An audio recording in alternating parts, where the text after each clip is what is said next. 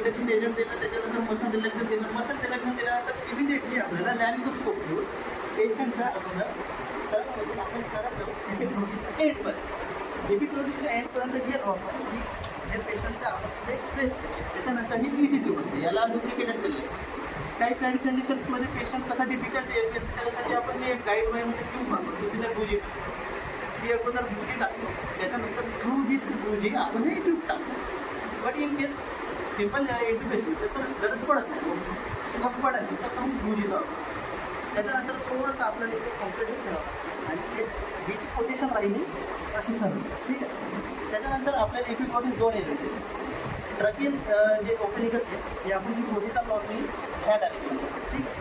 हा ही इथे टूब आहे, हे प्री लुब्रिकेटेड करावं लागतं. याच्यात बल्ब असते. आपण जसं हे इन्सर्ट केलं ते बरोबर आतमध्ये, ठीक आहे.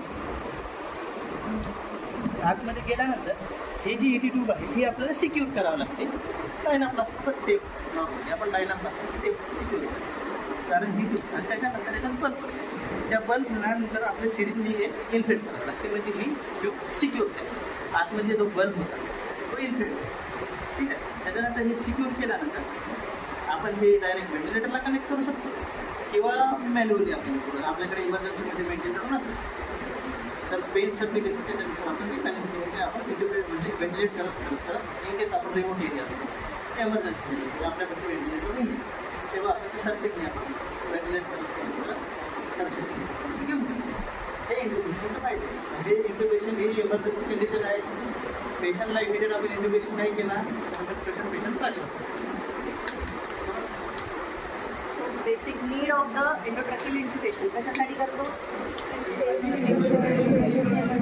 इमर्जन्सीसाठी काय?